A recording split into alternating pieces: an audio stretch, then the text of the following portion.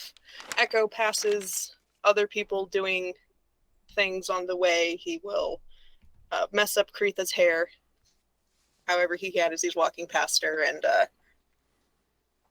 throw a rock at Calder's antler horns to just kind of move his head a little bit as he's walking through So camp and I'll goes, I'll I'll say that you are able to meet Barnabas in a sort of small private tent. And when you come in, his first expression is one of relief.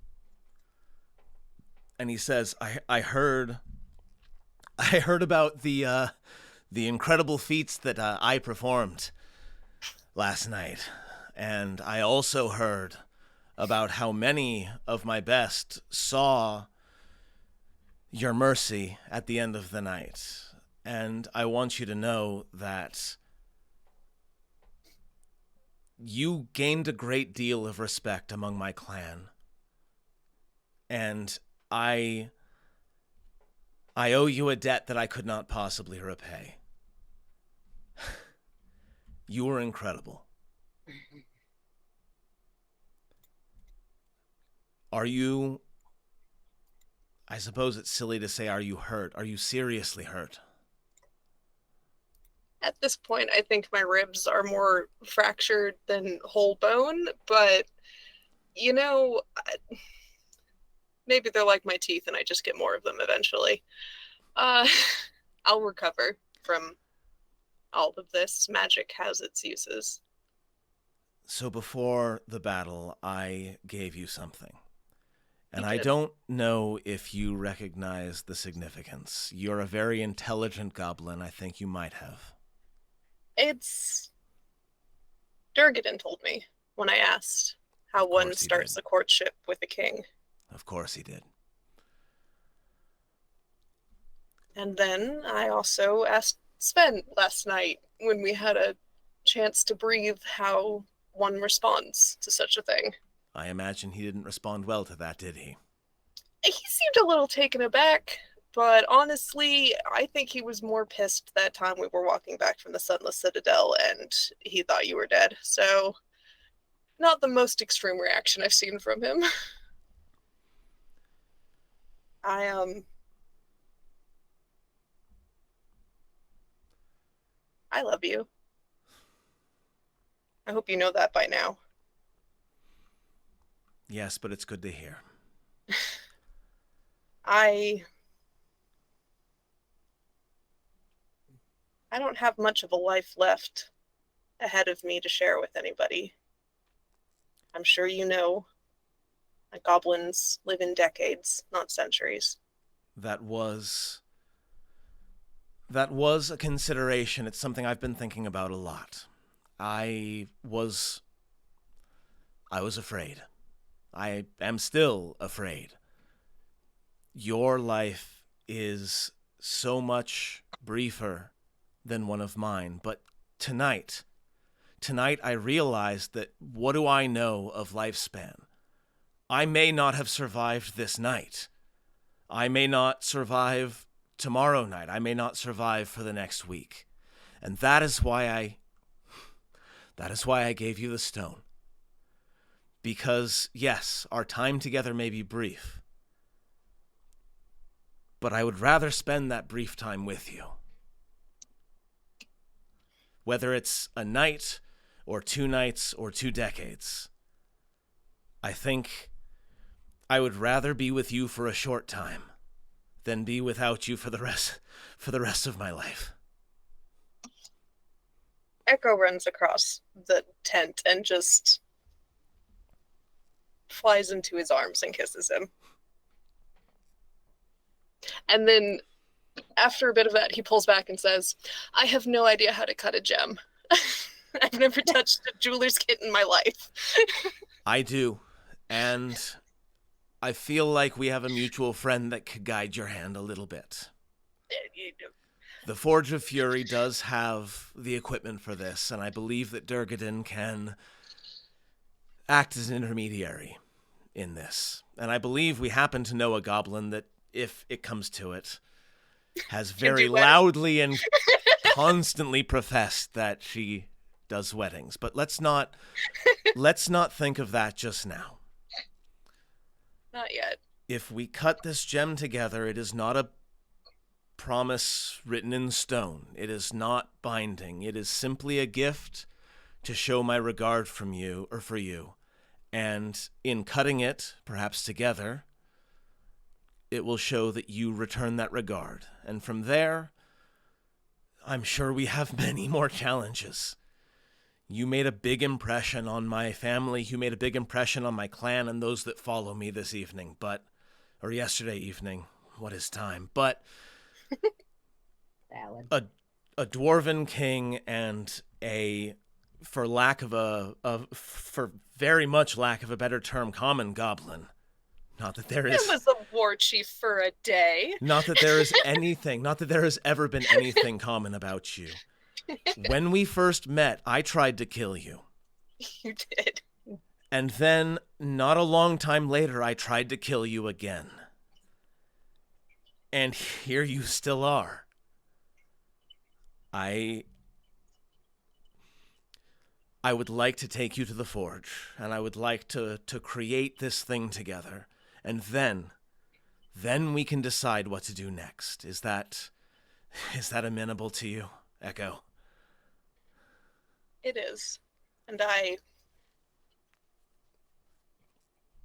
a lot we should talk about in regard to this. Like, ignoring all the fucking world ending out there. Like, I don't know if I've ever said the words out loud. I have a boyfriend and also a girlfriend and also there's many people who I continue to love in my life, and we should talk about that sort of thing.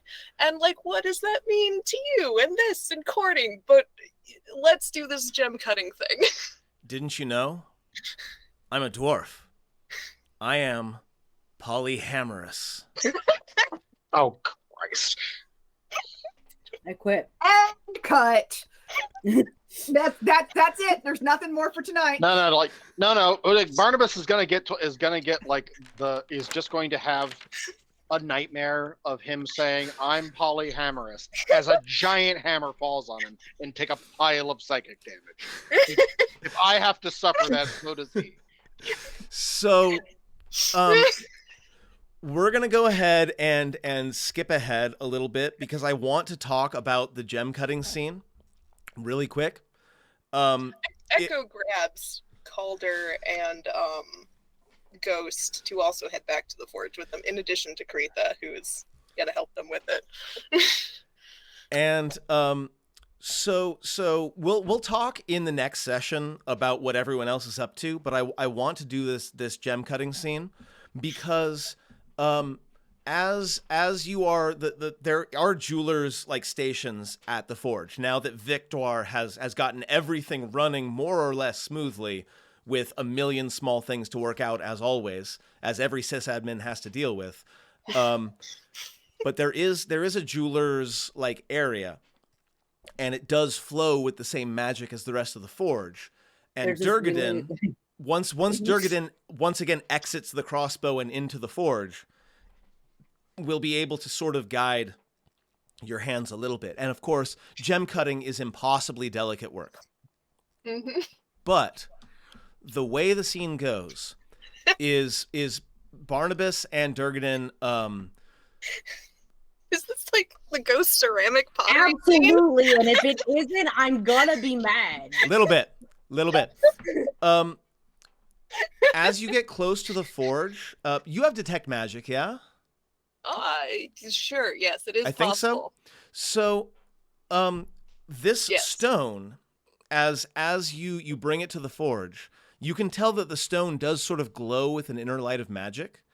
The problem is the magic bleeds out through the uncut like sides of the stone and just sort of disperses into the air. And the first cut that Echo makes, I'm sure, is very tentative, right? He has no idea what he's doing. He's sort of trusting Durgadin and, to a lesser extent, Barnabas to sort of make sure he knows what to cut. He also guides himself. His first cut is not perfect. In fact, I would say his first cut is not good. But it is the deepest. But it does It does deflect the magic emanating from the center of the stone. It deflects it, but it deflects it in a sort of oblique way so that it still bleeds out the side. And the second cut is made by Barnabas, and Barnabas is an expert. And the second facet of the gem reflects that magic back toward the center of the stone. And as you continue to make cuts, sort of one and then the other, Echo begins, I assume, to increase in confidence. At some point when they're like lighting up shots, he like says under his breath in Goblin to Kretha, "Hey, do you know what kind of gem this is? I've got no fucking idea what kind of gem this is. Help me out." It's definitely an emerald, Kretha. It's a very pretty emerald. You look at you. Look what you're doing. And Echo makes another cut, and then every time Echo makes a cut, I mean, each one gets better, but every time it does, it deflects the magic off in a kind of random direction. Barnabas makes another cut and redirects that magic back towards the center of the stone. And as you make cut after cut, the stone begins to glow with an actual visible light as all of these flows are redirected back to the center, until you're left with one or two facets where magic is still bleeding out, but all the places where the gem has been cut, it is being contained. I'm going to ask you to make a dexterity check for the last cut, and I would like you to tell us. He guided himself. And I would like you to tell us what the result is, please. Okay, just a straight dex check. Yes. Okay. Can I add a d4 for guidance? Yes, you can. So that's going to be a non-natural 20. So Echo makes the last cut on the gem. And by this time, he's kind of worked himself into a rhythm. He knows how this goes, but the last cut is the most important, because all of the magic that's leaking out is leaking out through that last area. And he makes a perfect cut, turning this gem into sort of an irregular icosahedron, kind of like a D20, but not quite like perfect, right? All the facets are different sizes, all the facets are different angles, but they all work together to deflect all the magic that's coming back out of the center of the stone into the center, and it begins to glow. And as Echo is admiring the work that he and Barnabas and Durgadim were able to create together, it begins to float in the air between him and Barnabas. Now I'm going to need you to go ahead and choose a magical item to unattune to, please, Gale. You can always reattune to it later if you want to, but for now I want you to pick one to unattune to. He's going to unattune from the braces of defense. So the stone lifts up until it is more or less just above Echo's eyeline. Like, you can sort of see it in the periphery of your vision, but it begins a slow orbit of your head. And as it does, you feel absolutely suffused with the confidence that Barnabas has in you. You feel, you for a moment see yourself the way Barnabas sees you, as reckless and ridiculous, but also the single most steady and solid thing that he has in his life. And you are filled with the confidence that you are a warrior, you are a friend, you are worthy. This is an Ion Stone of Mastery, and it gives you a +1 bonus to your proficiency modifier. What the fuck? Holy crap. The dwarf like you so much. The dwarf like you so much. So much. So much. Oh my god. The dwarf gonna smooch you. The dwarf gonna smooch you. And now, my friends, I would like to go ahead and move into the post-game portion of this session, and I want to hear everything that Gale has to say just as soon as I change the scene. Wait for it. Wait for it. Okay, here we go. It's legendary level.